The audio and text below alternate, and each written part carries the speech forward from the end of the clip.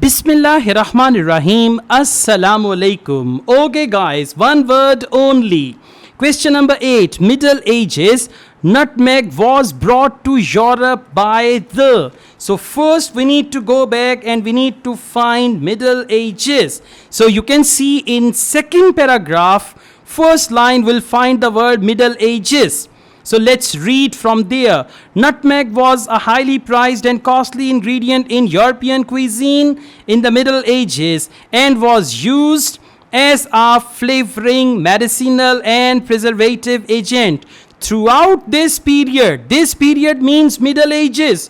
Throughout this period, the Arabs were the exclusive importers of the spice to Europe. What's the question?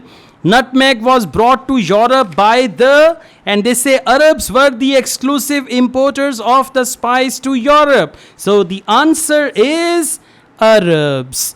The is already written, so you don't need to write that, and it's one word only. Arabs will be the right answer. Thank you. I also teach IELTS online. If you want to join my online IELTS classes, my WhatsApp number is given. You can contact me for that. Asad Yaqub truly wishes you all the best. Take care. Allah Hafiz.